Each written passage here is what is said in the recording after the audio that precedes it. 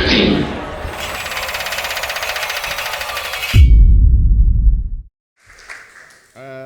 Thanks very much. That is true, actually. I was, in 2006, voted in some poll the world's sixth sexiest Jew, and I was quite flattered by it for a bit, and then I discovered, this is true, that number 5 slot had gone to Sir Alan Sugar. That took the edge off it ever so slightly. Last week, I was invited to Krakow by a Polish friend of mine. I say a friend, obviously she's my cleaning lady. Notting Hill people not sure about that.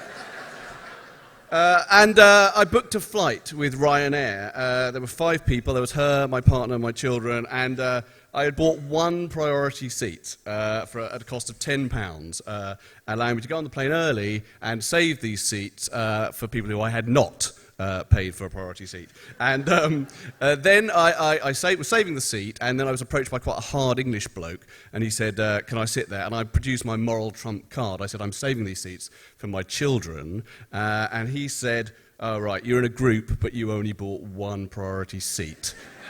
Very tight. Except he didn't. He didn't. What he actually said was, very tight Baddiel. And what I want to talk about tonight is fame. Now, we hear a lot about fame now, and celebrity culture and stuff like that from journalists and cultural critics, but we very rarely hear the famous talk about fame. We very rarely hear the famous answer the question that the non-famous kind of really want to ask, which is, what's it like being famous? And one reason for that is to describe yourself as famous is kind of vulgar.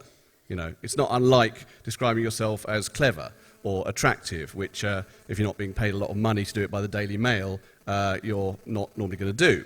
So this is interesting because being famous, unlike being clever or attractive, is not universally thought of as a positive. As we know, it can lead to people going mad and humiliations and stuff, occasionally even death. So you would have thought that it would be okay to claim it because you're not straightforwardly boasting when you do it.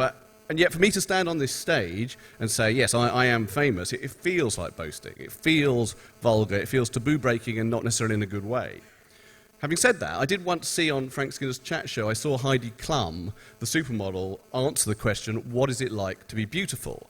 And she demurred, obviously. She spent a lot of time saying, no, I don't think of myself in that way, and all that kind of stuff. But once the caveats were established, she accepted the truth of it, and it was fine. It wasn't like the outrage over the Samantha Brick article, because obviously she is beautiful. And similarly, I think if Tom Cruise were to be asked what's it like being famous, he wouldn't say, well, I'm not. That seems unlikely. But even Tom Cruise, you know, when he's asked about it, will start going on about how he's a normal person and he does normal things with his family, because he will also kind of at some level disavow fame. It's a condition that people seem to crave, at the same time no one will quite own being. More interesting, though, I think, is the level of fame kind of below Heidi Klum and Tom Cruise. My level, quite a long way below that. And it's particularly problematic to talk about fame there, because there will always be people, there's probably some people in this audience who have never heard of you. And so it feels an affront, I think, to assume fame at my level. Occasionally I will get introduced to people as someone who is well known, and sometimes these people will make a point of saying, sorry, I've never heard of you.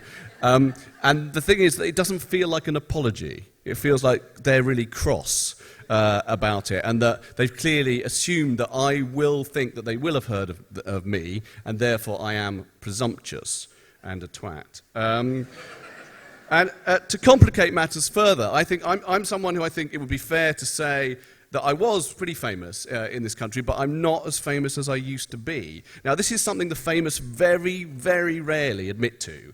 Again, a contradiction. The famous don't want to admit to being famous, but they really don't want to admit to being less famous than they used to be. And the thing is, my urge to self-awareness is stronger, I think, than my urge to vanity. So I'm clear. I used to be on TV all the time. I'm not on TV so much anymore, ergo, less famous. Now, this becoming less famous thing was a kind of decision I made, but no one ever believes that. Right? No one believes that. So I was walking out of Aldi's in Helston in Cornwall last summer, carrying 2 bags of groceries, and a man stopped me in the car park, and he recognised me. He said, "Dave, what are you doing here?" I said, "Oh, I'm on holiday." And then he sort of looked at me with some concern, and he said, "So what are you up to these days? I haven't seen you on TV recently."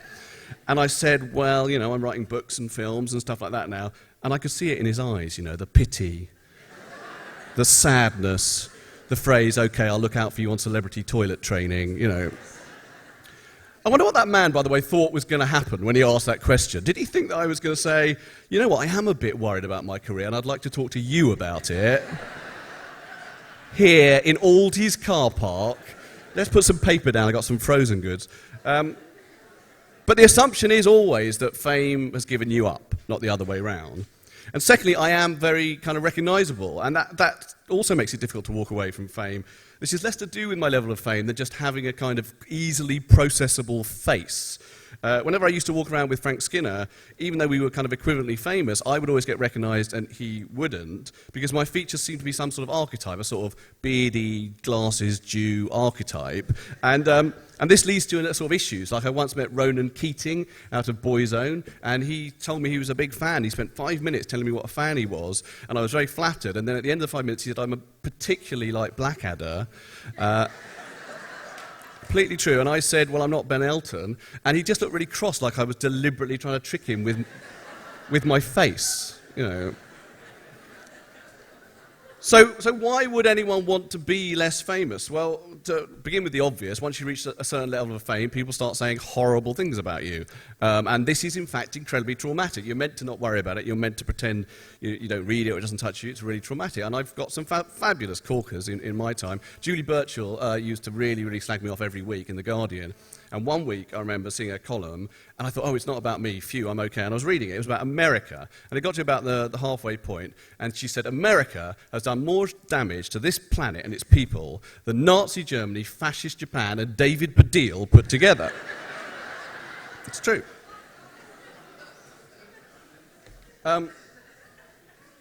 I'll give you another example. I wasn't going to do this because there probably wasn't time, but this is an extraordinary example as well. When I did the song Three Lions, Q magazine wrote a piece about it, which also seemed to be good. I was reading it happily. And then it said, "In the future, people will remember Three Lions as better than it was. In the future, folk memory will erase the memory of David Baddiel's singing just as effectively as it has erased the memory of corpse robbers during the Blitz." I'm almost proud to be insulted on such a scale. But having said that, that isn't it's not the base reason why I have a problem with fame, and the base reason is complexity. I only really have one motto in life, and that is the truth is always complex. And the truth about people, about me, and about you is the most complex of all. But fame doesn't really allow for that. Fame only allows for a very narrow focus of self, because to be famous, you have to be narrativized. You have to be part of a story, and that story is essentially a panto with villains and heroes and maidens and clowns. And also, it's partly just simply to do with whatever happens when you first become famous. In my novel, The Death of Eli Gold, available for purchase in the interval, I may not be famous anymore, but I still have to make a living. The character Eli Gold, who is a famous American writer, says at one point, "Fame is like starlight," by which he means not that it's glittering and beautiful, but that like the light of stars, when you see someone famous, what you actually see is from long ago. You see what you see when you first made up your mind about them. Or to quote a real great American writer, John Updike said, "Fame is a mask that eats into the face," by which he means fame has no plasticity. It cannot change and move with time and circumstance like personality, like a real face. Whoever the culture has decided you are, that sets on you like plaster of Paris, like a mask. And whatever you might say or do in reality kind of remains muffled underneath it. And I've tried quite hard, I think, maybe without realizing it, to retain complexity in what I've done by embracing what I think the culture sometimes sees as contradiction. I don't see these things as contradiction, but the culture sometimes has a problem with someone who likes football and John Updike, or someone who might one day do some knob gags and the next day try and examine what it means to be Jewish. There's no contradiction in that. Obviously, Philip Roth did it years ago in Portnoy's Complaint, but still some find it troubling. I remember when my first novel came out, there was a feature piece about me, and the journalist at the end of it said that I suffer from a relentless desire to muddy my own image. Now, I think that's wrong. I think I suffer from a relentless desire to express my own image as it truly is, which is, of course, by its very nature, muddy. I mean, it may be the case, though, when you are famous, that you are always going to be misunderstood. It's not up to you who you are, it's up to the audience. And I've noticed that all public utterance slips and slides in meaning, depending on who's hearing it. I'll give you an example. When Twitter started back in its early days, I was watching Michael Jackson's memorial. And if you think back to the event, you may remember that the King of Pop's coffin looked like this, right? There it is. And it occurred to me while I was watching this that this looked like a bain-marie, which is the sort of things that they keep food warm in at hotels, right? So I had a small discussion with my partner about acceptability, and then I tweeted, this is what I tweeted, is it just me, or does anyone else want to lift up that silver coffin lid to see if there's a full English breakfast warming underneath? Now, this got a lot of responses, right? Some of them okay, some of them not so happy with it, whatever. And then a tweeter called Sherwin sent me a tweet which said this: "Or even a bagel, you Jewish prick, you're not funny." Now, I was very shocked by this awful, abusive insult, and also he called me a Jewish prick. So, just vaguely getting that one good. So I blocked Sherwin, and then I retweeted his comment to all my followers, who all started abusing him, which led to him abusing them back. He was powered by an unshakable conviction, by the way, that he couldn't be a racist because he was a Pakistani. Right? It was extraordinary. He was absolutely convinced of it. But I kept tabs on Sherwin's responses, and there was this one bit where he said, the reason I said it was because of those utterly distasteful comments he made about MJ's coffin, about the contents of MJ's coffin. And what's interesting about that is it's not the taste point, but the contents point, right? Clearly, Sherwin hadn't got the joke. Probably, I don't want to condescend him, he'd never seen a bain-marie. Probably, he'd never even eaten breakfast in a hotel buffet, right? So he just thought the fried English breakfast remark was a kind of random, horrible image of Michael Jackson's body in a state of decomposition, right? That's what he thought. And I agree with him. It's horrible. That makes a horrible joke. It's tasteless. It's not funny. It doesn't excuse his racism, but it made me want to unblock Sherwin and explain the joke, right? I didn't do that, obviously, because it would have been pointless, and you can't explain yourself to everybody. This is kind of the point I'm trying to get to. We live now with an almost surreal level of mass communication, far wider and far quicker than anyone could have expected. And the more people you speak to, the more what you say will slip. The more it will be misunderstood or misinterpreted or misquoted. That's what it's always been like, being famous, but we're all in it now. We're all more able now to speak to each other, to opinionate, to say who we are, to explain ourselves. Logically, this should lead to greater and deeper understanding, but often it leads to the exact opposite. And I want to finish. I began with a story in which I was named and shamed publicly, which was kind of horrible. I want to finish with a slightly sweeter one. My kids, when they were a bit younger, they called me Daddy, but they occasionally would hear people call me David, and they would call me David, and so they weren't entirely sure what to call me when they were really young. And I was taking my daughter, who was 3 at the time, at Kenwood. I was taking her out in Kenwood, and she needed to go to the loo, so I had to take her to the gents' toilet, which is always kind of awkward. You take a little kid to the gents' toilet. There were loads of people in there. And I took her into the cubicles, and just as I pulled her knickers down, that was the moment at which she chose to say, "David Baddiel!"